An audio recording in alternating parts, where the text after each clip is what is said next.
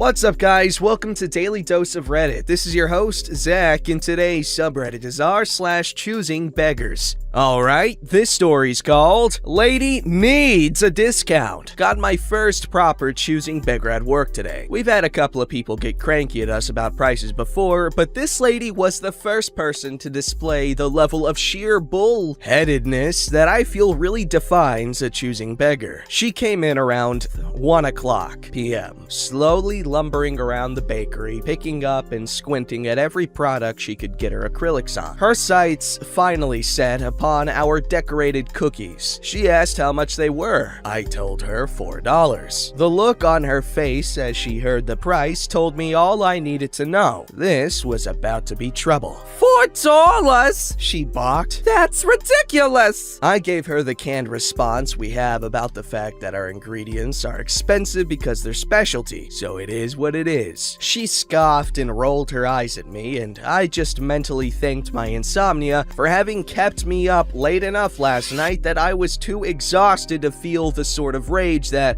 crap would have set off, usually. She scoured through the cookie display, digging about in scornful silence, before suddenly her eyes lit up, and she seized a single cookie from the back of the display, strutting up to the counter triumphantly and smacking it down before me. This cookie is broken, she proclaimed, and she was right. There was a big crack running right through the middle of it. Not a big deal. It happens sometimes. Oh, sorry about that, I said, not actually sorry. I can get you another one. No! She barked, cutting me off. I want this one, she said, pointing at the broken cookie the way one would point at something they're trying to show a toddler. Okay then, I replied, and by this point, I had a sneaking suspicion that I already knew exactly where this was going. But I pressed anyways, and there was nothing else to be done. That will be $4. She stared at me for a moment, her eyes narrowing before she pointed at the cookie again. I said I want this one, she repeated, even slower this time, really laying on thick the fact that she clearly thought I was some degree of stupid. Yes, I know, I said, because what the hell else was I gonna say? But this one is broken, she stressed, raising an eyebrow at me. As I said, I can get you another one if you want. One that isn't broken, I replied, a bit of anger finally starting to break through the dull haze that exhaustion had put me under. And I said I wanted this one, she said, clearly getting frustrated. That makes two of us, woman. Alright, that'll be $4. You can put your cart. She freaking cut me off again. I'm not paying $4 for a broken cookie, she snapped. Okay, then I'll get you a different one, I droned. I knew damn well what she was getting at, but I wasn't about to make it easy on her. No, she yelled, kind of getting up in my face at this point. I want this cookie. She jabbed it so hard she would have made another crack if one hadn't been there already. Okay, I said flatly. I can take your card whenever you're ready. How much are you taking off? She demanded. By this point, I'd had more than enough of her, and since playing dumb was really the only weapon I had at my disposal that wouldn't have gotten me fired, I decided to continue using it. I'm sorry? I asked, pretending to be confused. Oh,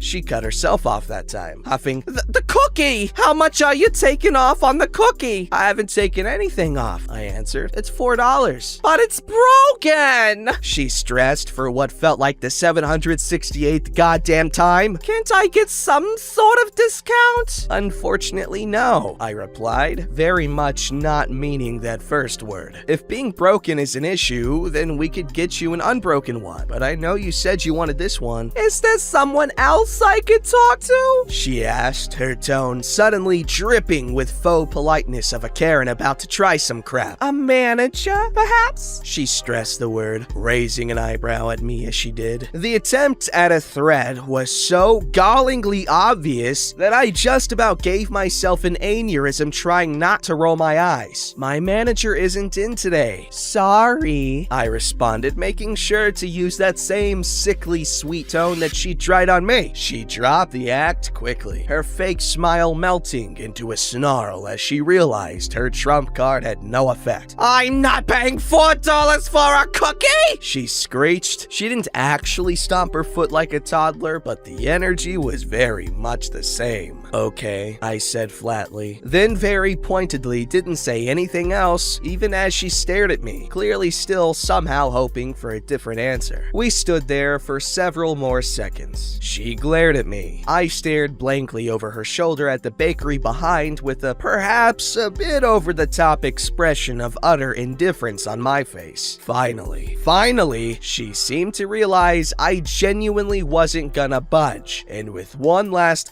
she rolled her eyes, tossed up her hands, and stormed out. I put the broken cookie back on the toss tray, where it was quickly snagged by one of our decorators. Suck it, Karen. Oh, wait, the baby don't want to pay $4 for the cookie. Guess what?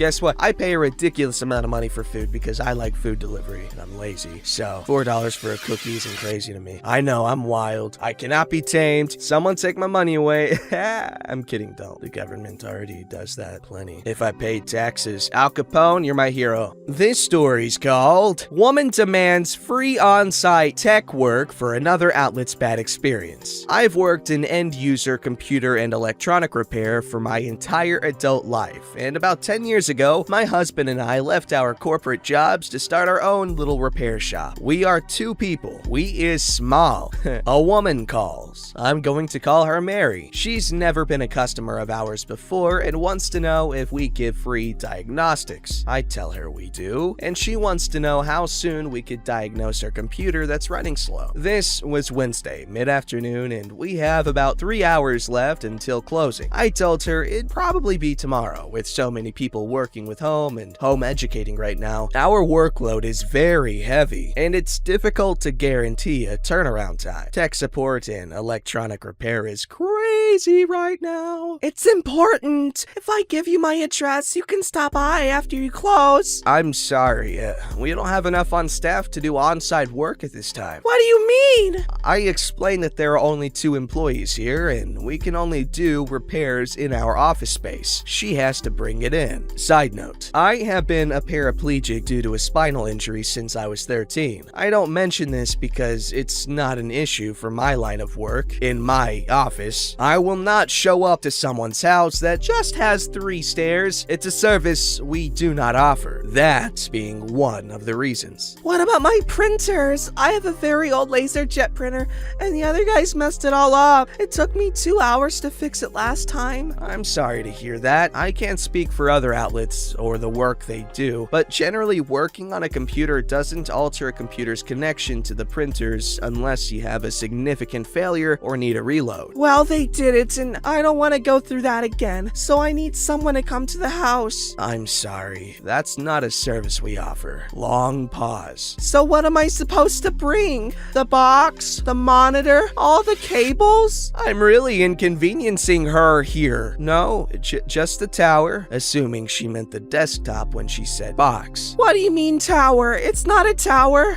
The computer, where everything plugs in. We don't need cables, just the computer. What about my printer? If you mess up my printers, what will you do for me then? Will you come out and fix it if you mess it up? Pausing, thinking of a strategic way to answer without being a jerk.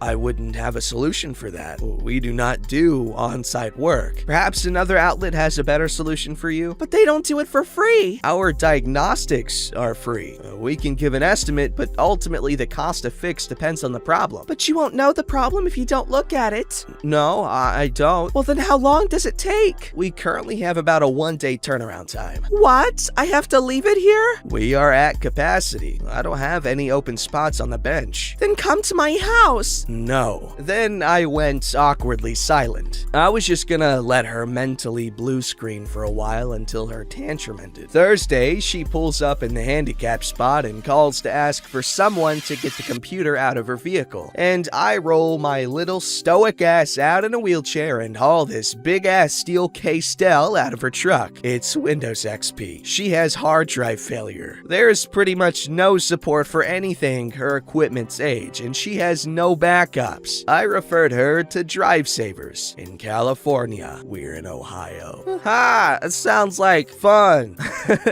That was really cool. OP and her husband left their corporate jobs to start a mom and pop, literally a mom and pop shop, repair shop. That's really cool and admirable and beautiful. This story story's called Our Free Holiday Gift Packages Weren't Good Enough. As we approach the holiday season, I remember a choosy beggar experience that I want to share for my first post here. Tilde at the bottom. Sorry, type this in my phone. My parents had me in a lot of activities they thought would teach me valuable life lessons and skills. I was in team sports, church groups, and Boy Scouts. If you don't know, Boy Scouts is a social group for boys focused around outdoor activities like camping and hiking, as well as community service and self-improvement. Every holiday season, our Boy Scout group would sponsor a holiday food and gift drive for underprivileged families in the local community. We allowed any family to sign up that felt they could not afford to provide gifts or a meal to their families during the holidays. We would spend 2 months gathering donations of non-perishable food items and toys and gifts, and even received larger donations of turkeys and Christmas trees from local vendors. A week before the Christmas holiday, our Boy Scout group would get together with our own families and wrap the gifts and create custom care packages for each family on our list based on how many people and the age groups and genders of the children. We would then drive around the city and hand deliver these free holiday gift packages of a big bag of personalized wrapped gifts, a full holiday dinner, a week of groceries, and a Christmas tree. We were supposed to learn valuable lessons about giving and sacrifice. After only a few seasons, we had to stop doing it. While there were always a few families that really appreciated us and wouldn't have had a holiday without us, the large majority of the families that signed up for this were rude and ungrateful. Most houses we arrived at had a couple of cars parked in the driveway that were nicer than what we arrived in. When we got to the door, we were invited into living rooms already filled with tons of wrapped gifts surrounding a giant Christmas tree. They would scoff at the free 6-foot tree we brought and usually tell us to just leave it in the yard or often just take it away since it wasn't big enough. They'd complain about the type and amount of free groceries we delivered to their home for free. They'd complain about the actual size of the wrapped gifts we brought. We often went back to our vehicles with the entire free packages that the family signed up to receive because it wasn't what they wanted. The size of our group only allowed for us to help about 50 families a year, so every one of these Choosing Beggars family took the opportunity away from someone that really needed it. They tried to reform the sign-up process, but we ended up having to scrap the program due to abuse that couldn't be stopped. The lesson learned at that impressionable young age was that people can really be buttholes sometimes. I agree, that sucks. See, that was a really heartwarming story, and I was really happy until, the choosing beggariness shone through. I appreciate what you guys did, because Christmas is a beautiful thing. This story's called, He Was $25 Short on an Agreed Price. Got mad I wouldn't lower my price. It wasn't the brand he was looking for. I, 18 female, am moving out in a few days, and am listing stuff to get rid of for a few quick bucks. I was selling a bike on Facebook Marketplace. It's basically new and was only ridden a few times. It has a matching bike helmet and a portable bike pump. It was a gift. The bike alone is $170, not including the helmet or pump, which were like 20 bucks each. I listed it on Marketplace and in a few local buy-sell trade groups for $100, including the helmet and pump. Someone messaged me a few hours later.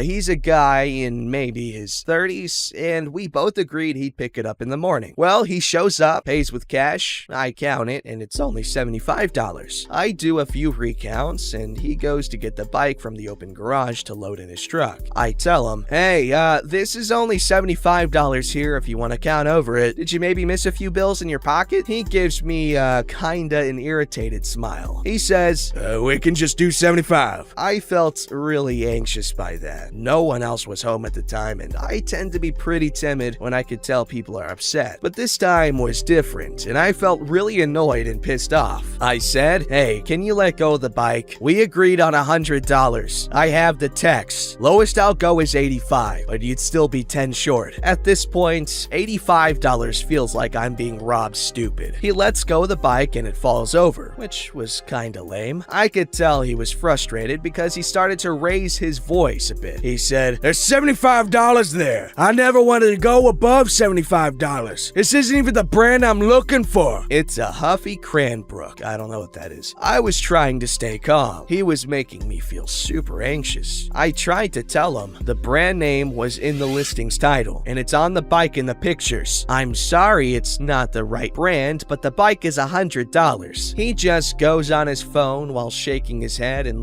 grunting and stuff. I kinda just stood there awkwardly because I didn't know what to do. He shows me a picture on his phone of a bike. It's not even close to what I have. The bike I have is a boardwalk cruiser. He's showing me a mountain bike or some kind of BMX bike. I kinda stood there I gave him his money back. He thanked me for wasting his time before he left, and that was it. My first experience on Facebook Marketplace, and a real weird one. That's when you should have just given him $50 back. If he wants to withhold 25, you can withhold 25. And the money you steal from him, take from him, would be, for him wasting your time, which he did, not you. Don't forget to like, subscribe, and hit that bell to never miss an episode.